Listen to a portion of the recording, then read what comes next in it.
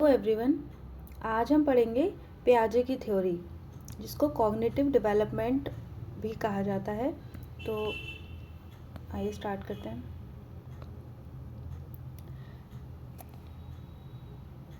Cognitive development, संज्ञानात्मक विकास। पियाजे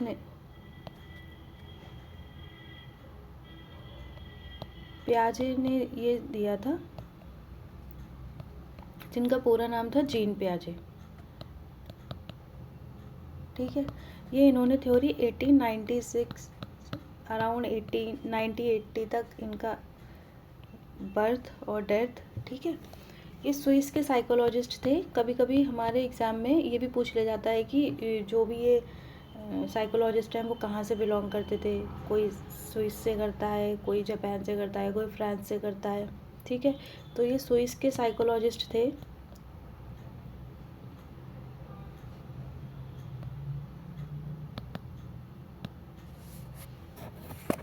इन्होंने gene पियाजे ने ये कहा था कि लैंग्वेज से पहले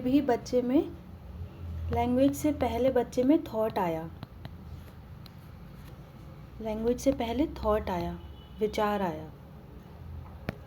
ठीक है, ऐसे लिखेंगे, विचार भाषा से पहले आया।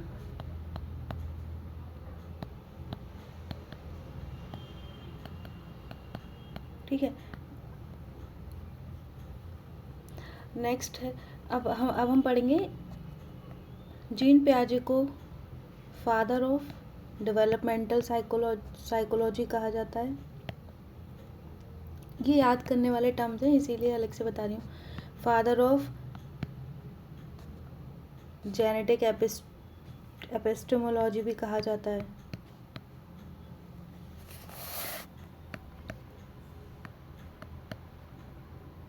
फादर ऑफ जेनेटिक एपिस्टेमोलॉजी होती है study of theory of knowledge. ठीक है, meaning of epistemology is theory of knowledge. Okay, इन्होंने इस थ्योरी में कहा है जीन पियाजे जी ने कि जो heredity plays an important role in cognitive development.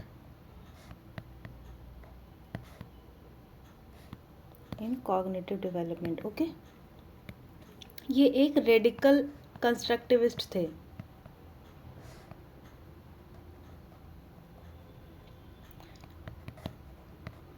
ठीक है, और जीन पियाजे ने ही बच्चों के लिए लिटिल साइंटिस्ट कहा है। उन्होंने कहा है कि जो बच्चे होते हैं वो एक्टिव एक्सप्लोरर होते हैं। ये जो सारे टर्म्स हैं ना, ये एग्ज़ाम में ऐसे ही पूछ लिए जाते हैं कि पियाजे ने कि लिटिल साइंटिस्ट किसने कहा बच्चे को, कि एक्टिव एक्सप्लोरर, सक्रिय रूप से जो सब कुछ एक्टिव होकर सारी चीज़ें जो सक्रिय रूप से जो रहता है। ठीक है, अब हम इसकी थ्योरी पढ़ते हैं। ओके, इन्होंने ये भी एक बार ये भी बता देती हूँ, इन्होंने जो है वो 4 स्टेजेस दी हैं। ऐसे सेंसरी मोटर 0 से 2, 2 से 7, 7 to 11 और 11 से सो ऑन। ठीक है, इन्होंने कुछ टर्म्स भी दिए, वो हम आगे थ्योरी में अब पढ़ेंगे। आइए अब स्टार्ट करते हैं cognitive development of Piaget's theory. ठीक है, देखिए यहाँ पे लिखा है जीन पियाजे 1896 में इनका बर्थ हुआ, 1980 में इनकी डेथ हो गई। स्विस के साइकोलॉजिस्ट थे। Okay, next is mental. इन्होंने ये सबसे पहला मेंटल स्किल पर ही काम किया है। कॉग्निशन का मतलब ही मेंटल, दिमाग से होता है। जहाँ भी कॉग्निटिव शब्द आ जाए वहाँ ये समझ लीजिए दिमाग का काम है। ठीक है, संज्ञान, mental skills, cognition, mind, brain, language and the thought of a child. The process of knowing and acquiring knowledge is known as cognition. कि नॉलेज को जानना और ग्रहण करना ही कॉग्निशन है, संज्ञान है। ज्ञान के सृजन और दुनिया की समझ बनाने की प्रक्रिया, पियाजे ने कहा है ये। Childrens experience and activities help in developing their schema. इन्होंने ये स्कीमा शब्द दिया है। स्कीमा क्या है? बिल्डिंग ब्लॉक्स ऑफ माइंड है। बिल्डिंग ब्लॉक्स ऑफ माइंड, बच्चे ने अगर कुछ देखा है और उसके दिमाग में वो रह गया है, उसको हम पूर्व ज्ञान भी कहते हैं। जैसे अगर हम किसी बच्चे ने कोई चीज़ देखी, जैसे कुत्ता देखा, फिर उसने आगे बिल्ली देखी, तो उसको ध्यान है कि हाँ वो 4 पैर 1 पूँछ थी तो वो कुत्ता था, ये उसका पूर्व ज्ञान हो गया। अब वो बिल्ली को देख के समझ जाएगा कि हाँ इसके 4 पैर ये हैं तो ये बिल्ली है। चिल्ड्रंस आर एक्टिव एक्सप्लोरर, सक्रिय रूप से जो एक्टिव रहते हैं, सक्रिय रूप से एक्टिव रहते हैं कह रही हूँ, सक्रिय रहते हैं। अब आगे कॉग्निशन पे, ये मेंटल स्किल्स, कॉग्निशन जहाँ वर्ड है वहाँ मेंटल स्किल्स ही आएंगे। इसमें है थिंकिंग, प्रॉब्लम सॉल्विंग, समस्या समाधान इसमें आता है। कॉग्निशन में रीजनिंग आती है, डिसीजन मेकिंग, निर्णय लेना, मेमोरी कितने याद रह रही है बच्चे को, कितना नहीं रह रहा है, इमेजिनेशन, परसेप्शन, अटेंशन, समझ, लॉजिकल और क्रिटिकल थिंकिंग, ये सारे हमारे ये इसमें कॉग्निशन में आ जाते हैं अंदर। ठीक है, अब आएगा इसमें जीन पियाजे ने एक टर्म दिया है स्कीमा। देखिए, basic building blocks of mind and existing knowledge, जो बच्चे को पहले से जो नॉलेज होती है उसको स्कीमा कहते हैं, उसको जो आगे समझने में मदद करती है। स्टोर्ड नॉलेज भी कह सकते हैं इसको हम। ठीक है, नेक्स्ट इज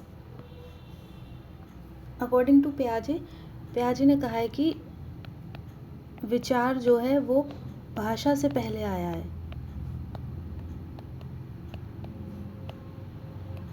भाषा से पहले आया है। Father of developmental psychology and father of genetic epistemology, organize structure of knowledge, pockets of information, इसको हिंदी में पढ़ेंगे सूचनाओं का संगठित रूप, यह सूचनाओं का संगठित ज्ञान का रूप और ज्ञान की संगठित संरचना।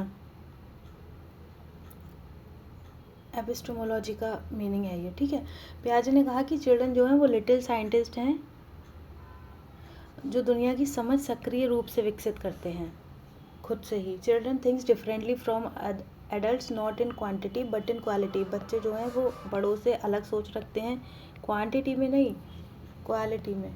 Children's thinking differ in kind than amount, kind different है, अमाउंट सेम है। पियाजे जो हैं वो जेनेटिक एपिस्टेमोलॉजिस्ट हैं।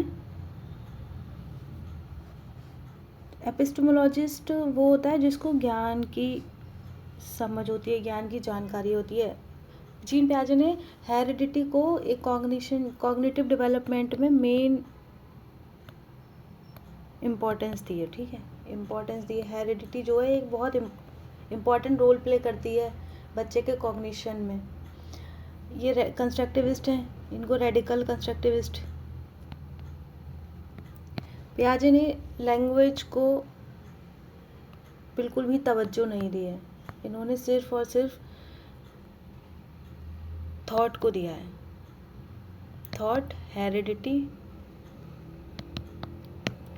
4 फैक्टर्स इनके हैं। मैच्योरेशन, इसको हम ऐसे याद कर सकते हैं MESE, मीज, maturation, experience, social interaction and equilibration.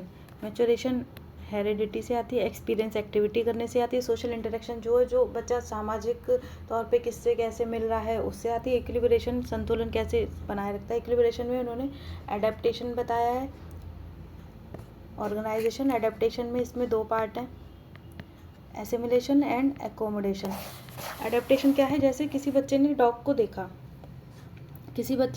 देखा और कहा कि इसके 4 पैर हैं और 1 पूँछ है, तो उसको समझ में आ गया कि 4 पैर और 1 पूँछ है। ठीक है, अब फिर उसके बाद अब वो एसिमिलेट कैसे करेगा? उसने फिर उसके बाद एक कैट को देखा, कैट के भी उसने देखे कि 4 पैर हैं और 1 पूँछ है, तो वो फिर कहेगा कि ये डॉग है, तो उसको बताया जाएगा ये डॉग नहीं है, ये कैट है।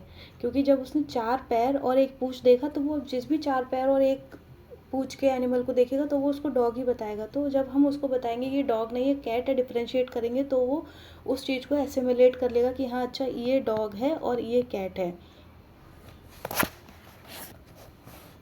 फिर जब ये नई इन्फॉर्मेशन को इसमें एडजस्ट करेगा, इसमें एकोमोडेशन में को कहते हैं एडजस्टिंग ऑफ न्यू इन्फॉर्मेशन। उसको न्यू इन्फॉर्मेशन क्या मिली कि सारे 4 पैर और 1 पूँछ वाले अलग अलग होते हैं, एक से नहीं होते हैं। तो एडजस्टमेंट ऑफ जो न्यू इन्फॉर्मेशन है उसको हम कहेंगे एकोमोडेशन।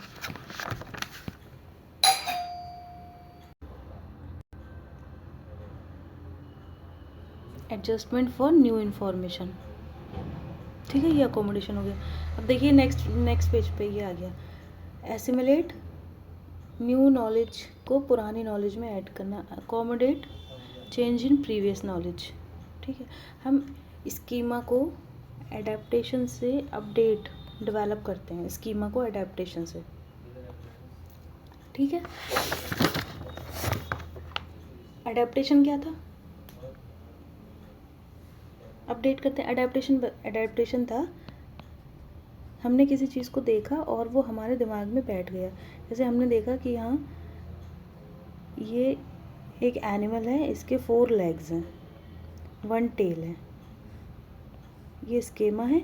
और इसको हमने दूसरे एनिमल को देख के समझ में आ गया कि हाँ ये भी एनिमल है। ये स्कीमा, ये हमारा स्कीमा हो गया, ये हमने एडेप्ट कर लिया। एसिमुलेशन में एग्जिस्टिंग नॉलेज को में ऐड करते हैं, ठीक है। यहाँ पे इनकी हैं 4 स्टेजेस।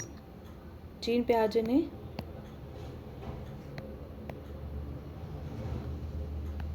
फोर स्टेजेस दिए हैं।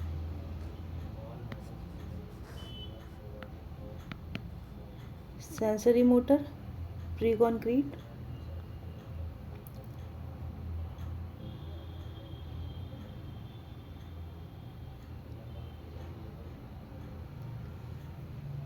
Sensory motor, pre operational, concrete और एब्स्ट्रैक्ट। ये फॉर्मल, हम इसको फॉर्मल बोलेंगे, ठीक है। सेंसरी मोटर में इसमें सब स्टेजेस बताई हैं। रिफ्लेक्सेस स्कीमा जो, पहले तो हमें उसकी एज देख लें। सेंसरी मोटर स्टेज में जो होती है 0 से 2 ईयर्स की एज होती है बच्चे की, ठीक है।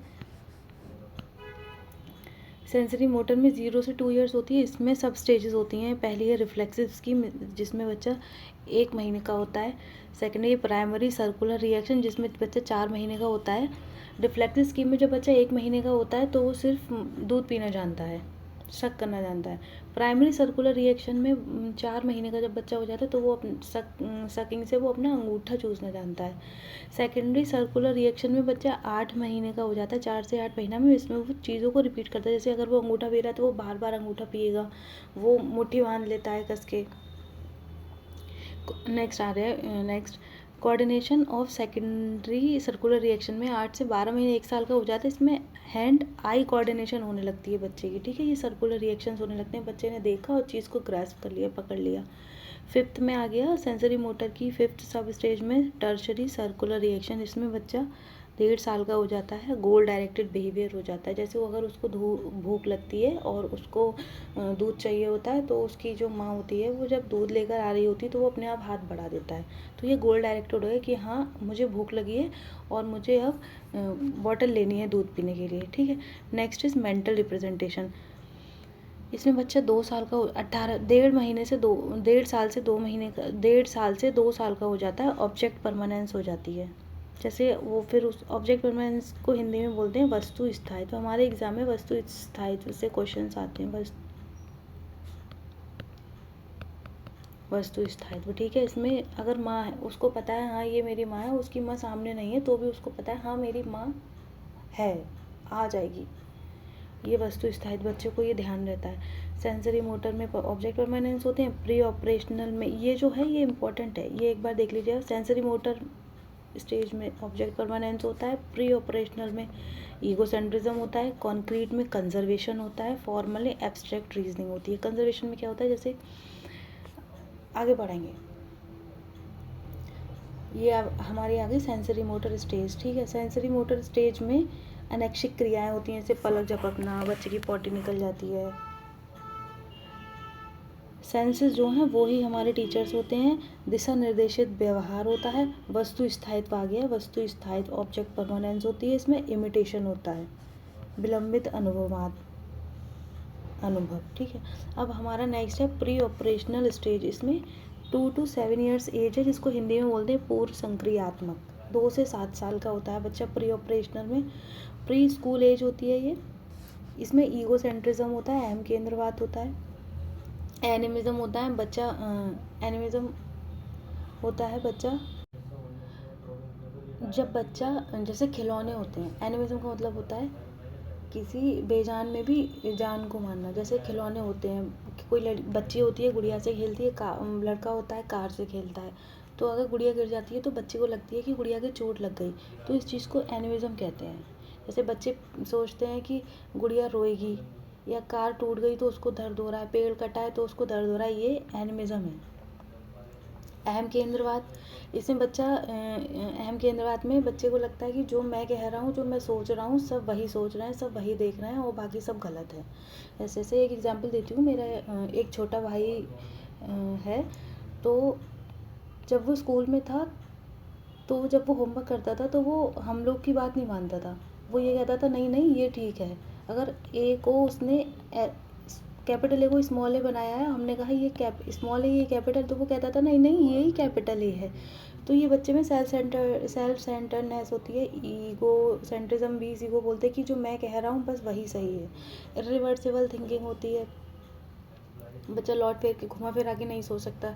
सेंटरेशन होता है जिसमें लैक ऑफ कंजर्वेशन होती है। जैसे सेंटरेशन, अब यहाँ पे क्या मतलब हुआ कि जो बच्चा होता है वो किसी सिर्फ एक ही चीज़ पर ध्यान देता है, बाकी चीज़ों को नज़रअंदाज कर देता है, उस चीज़ को हम सेंट्रेशन कहते हैं। किसी एक ही चीज़ पर ध्यान देना। जैसे अगर कोई पानी के 2 गिलास हैं, एक गिलास है पतला और लंबा, उसमें यहाँ तक पानी भरा है, और दूसरा गिलास है वो छोटा और चौड़ा है, उसमें यहाँ तक पानी भरा है।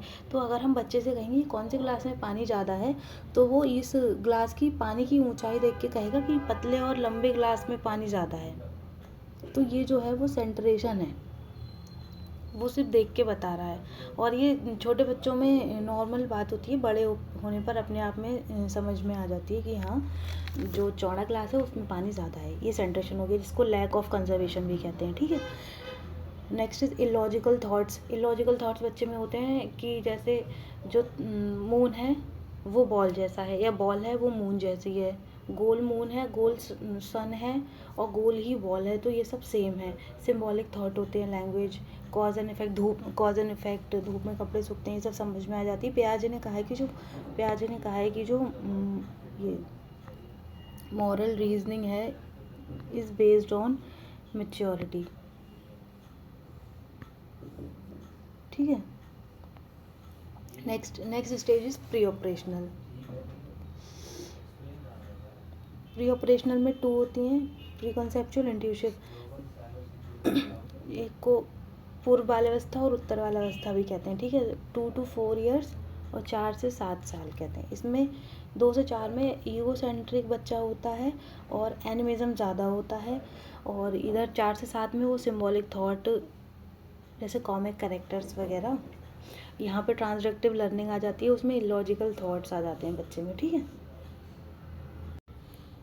यहाँ पे ये जो ट्रांसडक्टिव लर्निंग है, ट्रांसडक्टिव लर्निंग से क्या समझते हैं। जैसे अगर कोई बच्चा है, वो सोच रहा है कि आज बारिश हो रही है, ठीक है, और मैं जैसे आज बारिश हो रही है और मैं बाहर जाऊँगा, तो वो बारिश हुई और बाहर गया, और फिर उसके बाद उसको फीवर आ गया, तो ये उसकी लाइफ टाइम, जब तक वो बच्चा है तब तक उसके दिमाग में होगा अगर बारिश हुई और मैं बाहर गया तो मैं बीमार पड़ जाऊंगा। तो वो जब बारिश होगी उसके दिमाग में यही होगा कि मैं अब बीमार हो जाऊंगा।